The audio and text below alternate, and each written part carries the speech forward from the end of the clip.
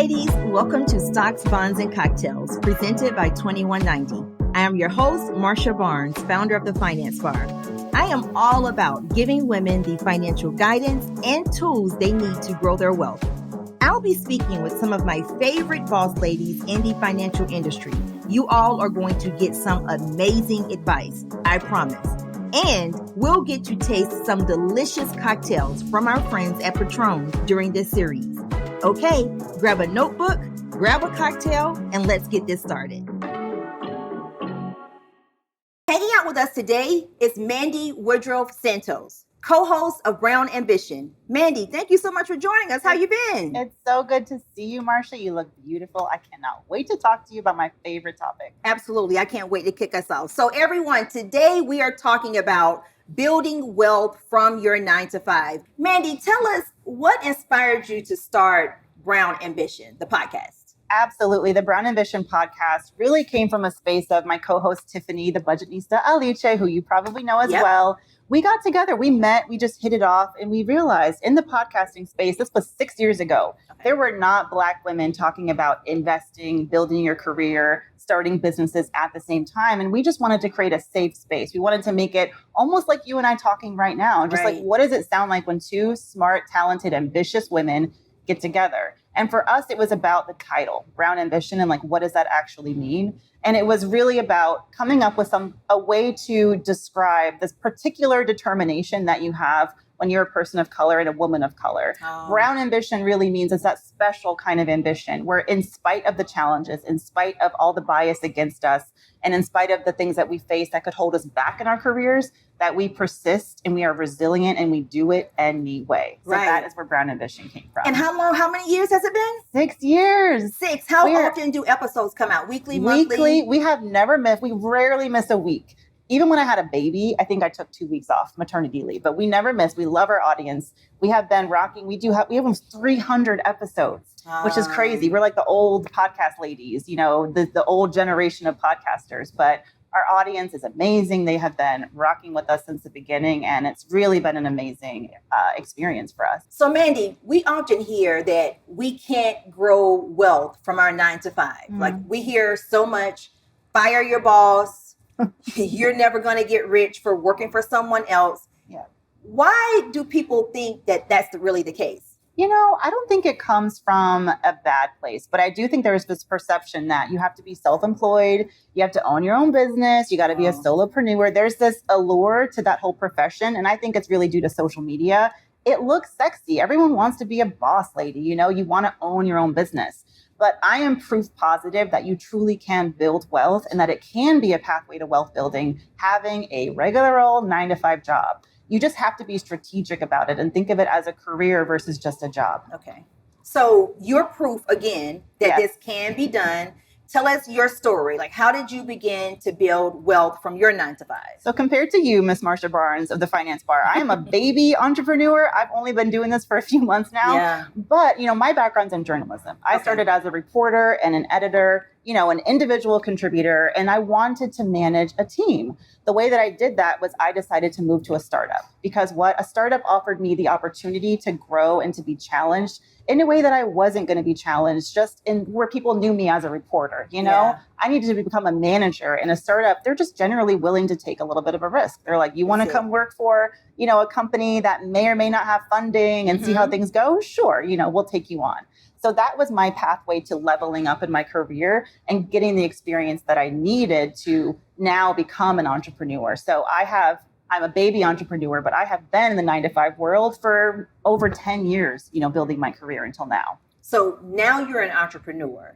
Yeah. But specifically before you left, what comfort level did you have? Like, how did you actually build wealth when you were employed? Right. So here's the thing. There's being an entrepreneur, right? Where you have an LLC or you have your, you know, your S Corp or that entity. Yeah. I have always been entrepreneurial, even as I had a 9 to 5 job.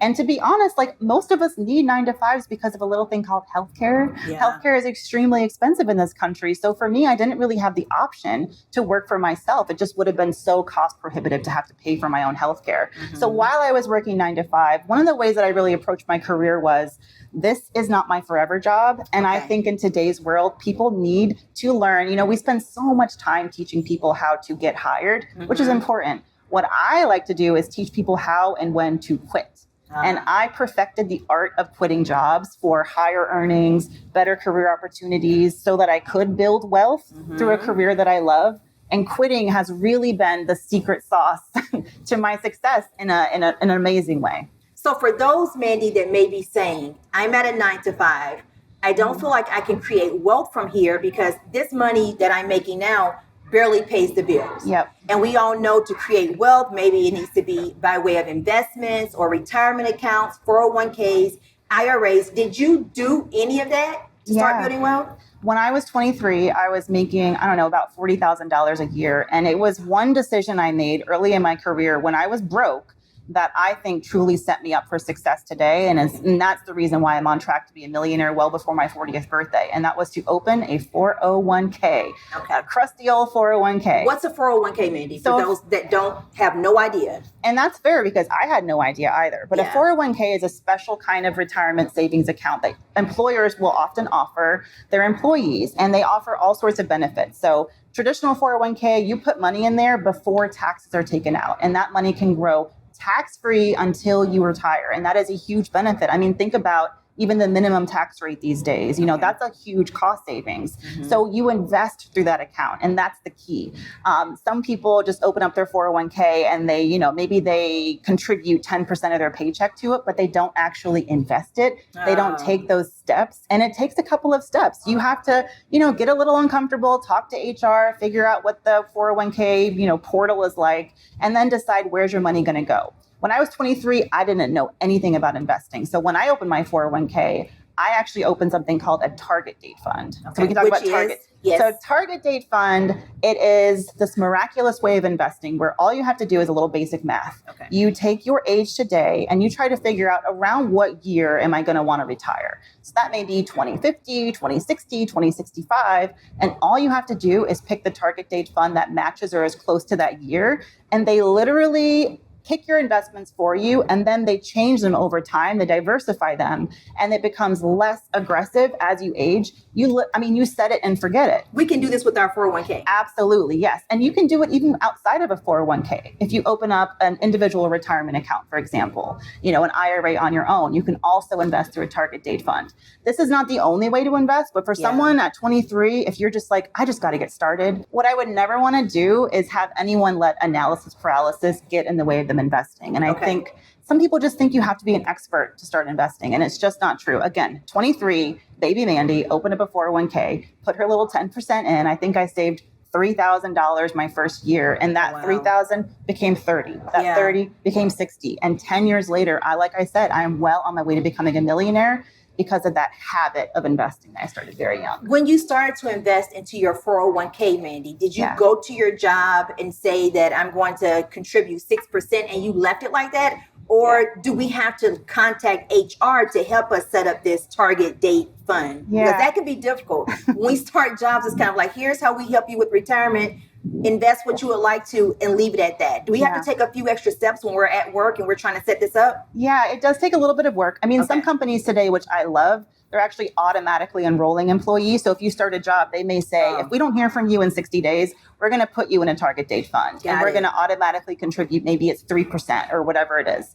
But if you really want to take control of your own destiny, during the orientation process, or forget it, if you've been in the job for 5 years and never contributed, which I know plenty of people who waited, contact your benefits center or your HR department and say, I am ready to contribute to my 401k. What do I have to do? They will tell you how, and they should be able to walk you through it. But the key things is, one, be sure you're actually investing. And as far as how much to invest, if you get a match, so when this is a way of building wealth in your career for sure. When companies offer you a match, they're literally going to match 1-for-1 each dollar that you put. So that's free money that they're giving you. And that's an amazing incentive. So it could be they match 100% of your contributions. You want to make sure that you max out however much you can contribute that they will then match at a minimum, because you don't want to leave any money on the table. So for me, I think I started out around 10%, but there were some years, for example, when I was renovating my house or when I was planning my wedding and wanting to save a lot more cash, where I would decrease that. I would do 6% some year, maybe 8%. And for me, it was just a matter of clicking a few buttons and keeping tabs, but I never stopped investing. During those leaner times, I might have scaled back a little bit, but I never stopped. So you maybe cut it up, dial it back a little bit based on what season you were in and what was happening. Exactly. Okay, Mandi, but I'm at a job. I don't make enough money to be doing 10% of my you pay. Don't think, maybe you can though, but just try it. I would just try it. Okay. And if my trying does not work out for me, yes, is it okay? Have you ever job hopped to increase your salary? Did that ever help you? Have we met, Marsha? I'm telling you. I think I added it up. I have had 7 different full-time jobs in a decade. Okay. 7. That may sound impossible, but it is so possible. And this is where the myth of job hopping really hurting your chances at building a successful career. Yeah. This is where I really take that myth on head on. And I say, how am I sitting here having 10x my net worth in less than 5 years now, from $70K to now over $700,000 of my net worth? I did that by job hopping. I did it by being brave enough to quit one job and moving on to the next. And I didn't do it, out of a place of greed. I literally just always focused on, am I getting what I need from my job right now? And if the answer was no, and if it had to do with, I'm not getting compensated the way I want to be compensated, or I'm not getting the career opportunity that I want at this point in my life, then I would, without exception and without an ounce of guilt, I would move on. And I think especially for women, we are so taught to be team players. To support, to just be happy you're here. Yeah, they took a chance on me. I'm loyal to them because they've been loyal to me. Mm-hmm. One of the best experiences in my career that I ever had was getting laid off from my first job. Yeah, moved to New York, bright-eyed, bushy-tailed from Georgia, which is funny. I'm back home now. Yeah, moved to New York.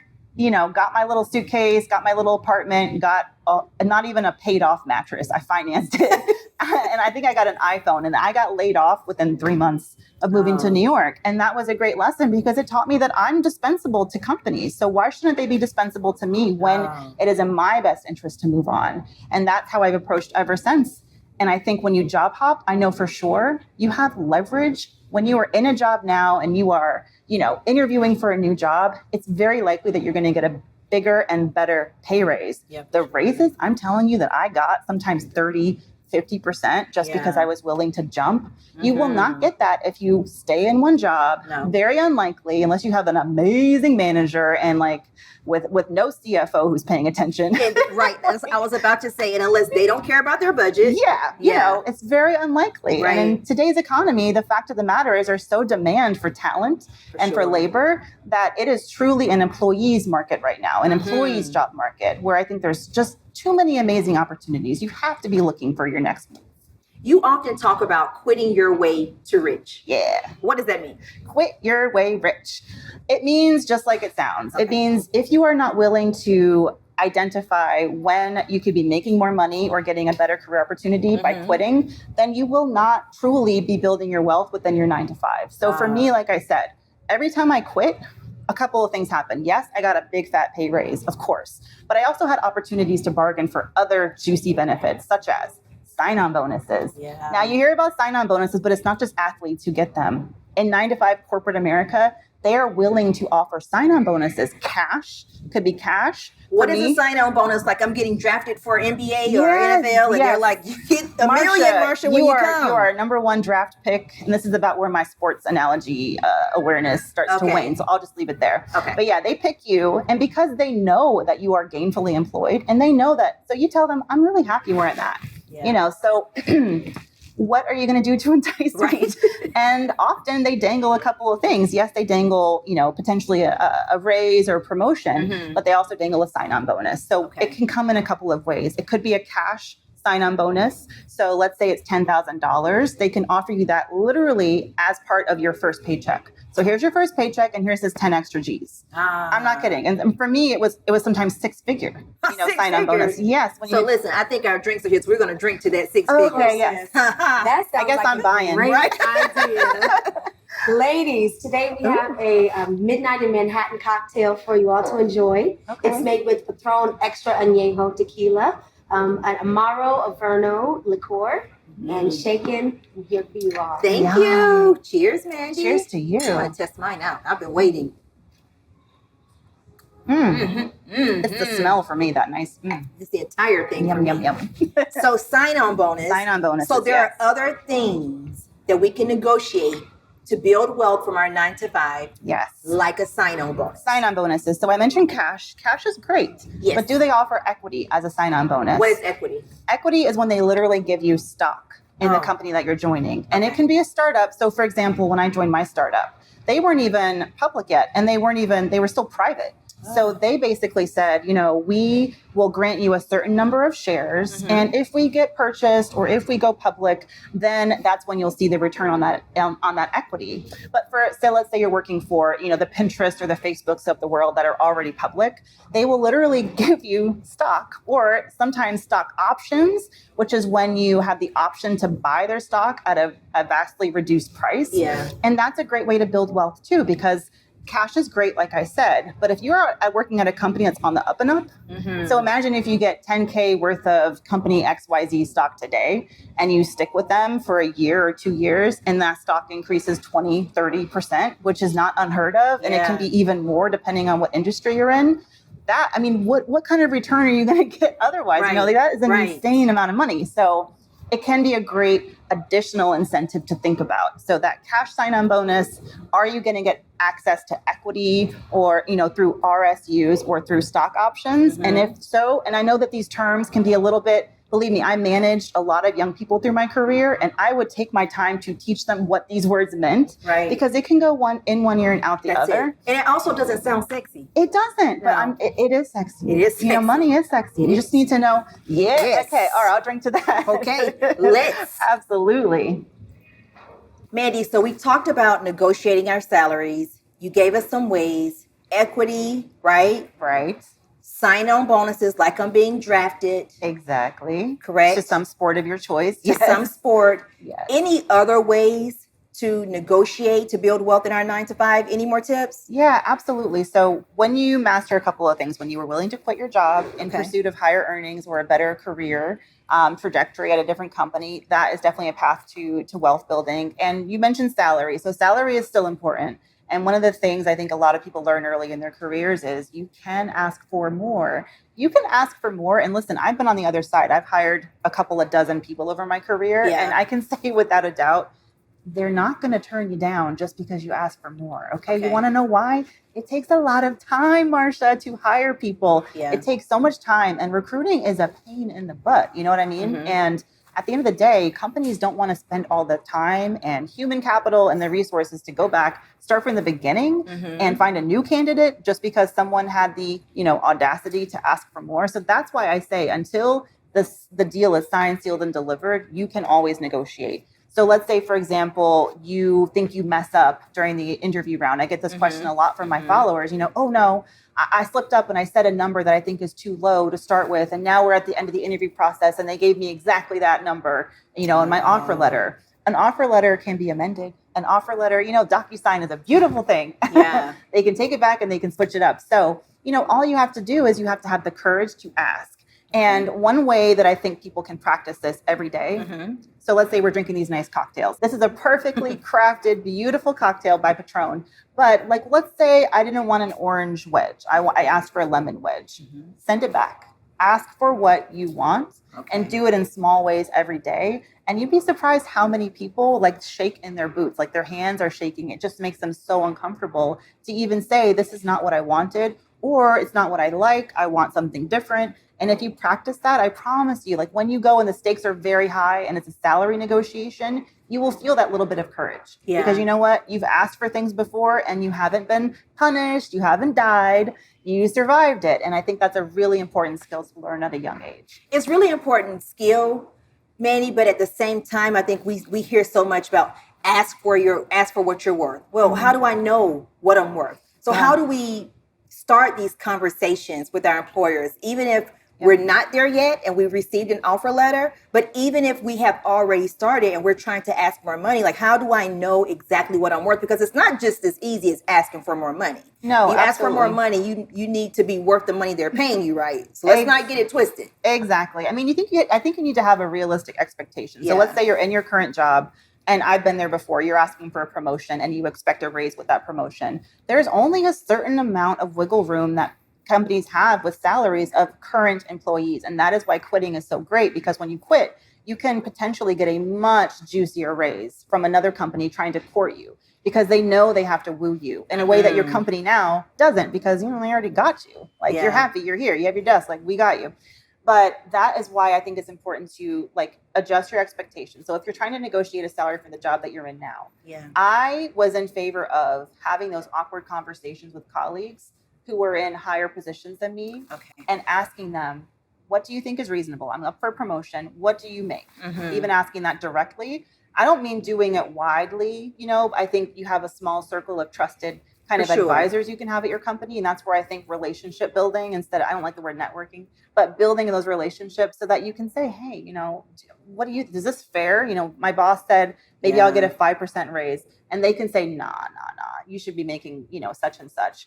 So if you are in a job, that's my advice, is talk to your colleagues. And if not your colleagues, try to find people in your profession, in your industry, that you can lean on for advice, and just gut check whatever it is that you're being offered or what you're making. If you're negotiating a salary for a new job, again, I think it's really important to talk to people at a higher level than you are. And I love the longer you get in your career, the more hiring managers and they know what the budgets are. And that is where you get the real intel. Yeah. And like, can I just say, I'm so sick of people telling women to negotiate better. Like, oh, if you just, do a firm handshake, or make sure that you don't wear, pink, or do your hair a certain way, and just be more aggressive and assertive. And like, here's the way that you negotiate to pay women more, pay women what they're worth, or get paid what you're worth. I think that is so BS. It is. I think companies, like, you have the power. So let's say you're hiring me. You know what the budget is. You know what you're willing to pay. You know what everyone on your team is earning. So why is the onus on me to try and like figure you out? I don't have all of the power. Yes, I can do my due diligence, asking friends, going to Glassdoor, PayScale, these websites where they can give you salary information. That onus can't be on the employee or the candidate all the time. So I think it's really important to flip the script on that and ask hiring managers and employers, what are you doing to make sure that women and people of color are earning what they're worth? How much research are you doing, into these important issues? And that's when we can see real change. So we're putting the onus on them. Yes, that's something that's my job. I feel like people listening to the podcast, your job is to get how much you're worth. People like me and people like you as well. Like, we are the ones who have platforms, and we can, be the ones to walk away from a negotiating table because we built a career. We have our, emergency fund set aside, or I like to call it my FU fund. So I can say FU and walk if I'm not getting paid what I deserve.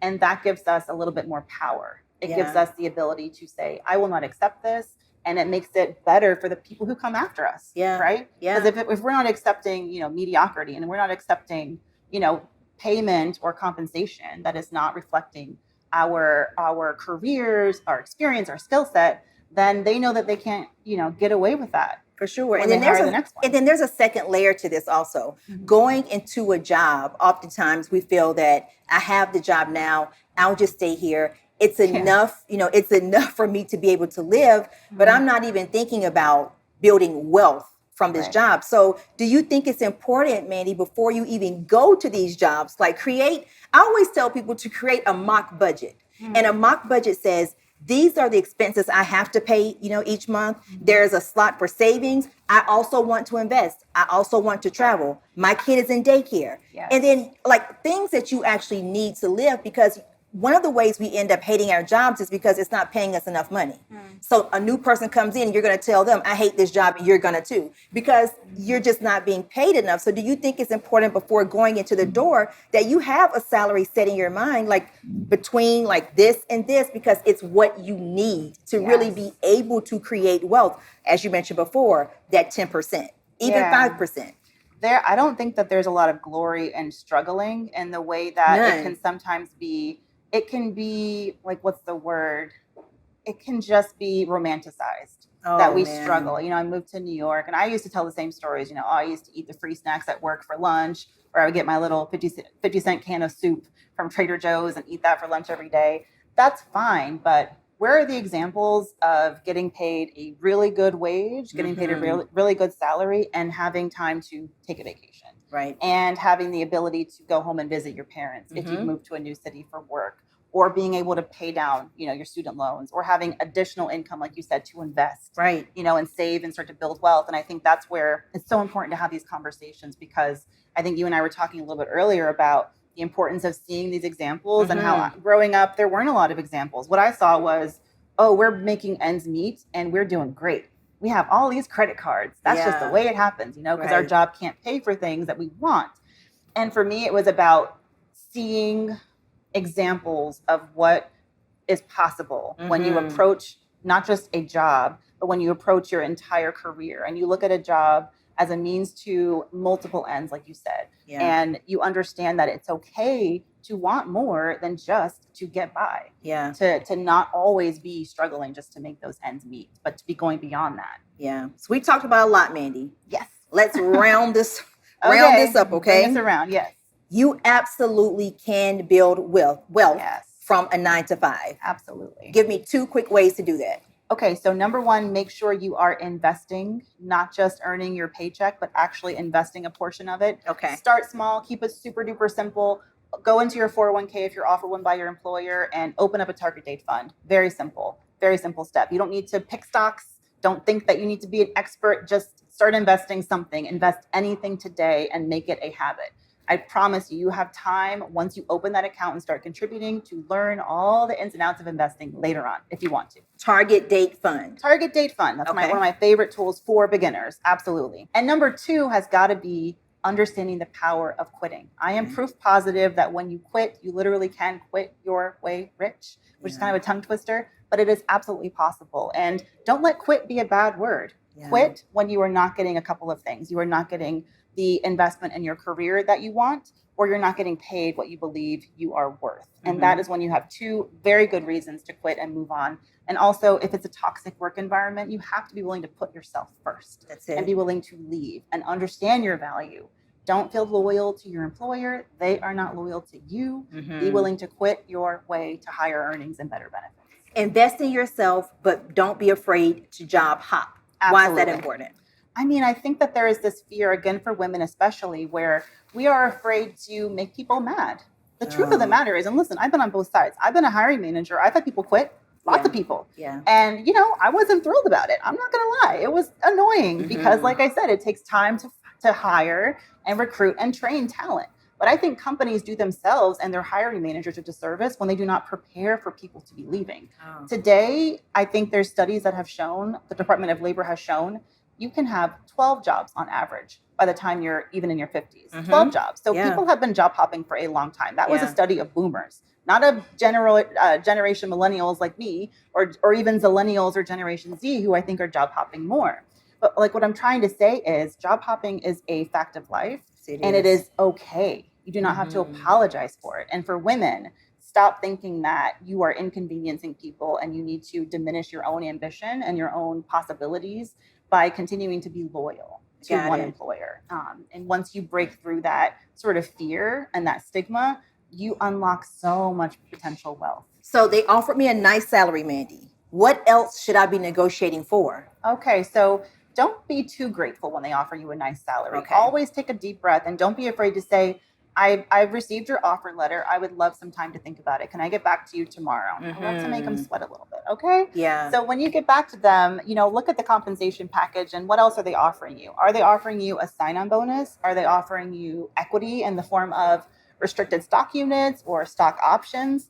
What are they offering you to sweeten that deal? And this is a really important point, especially if you have come back to them and you've asked for a higher base salary. So let's say they've offered you $90K.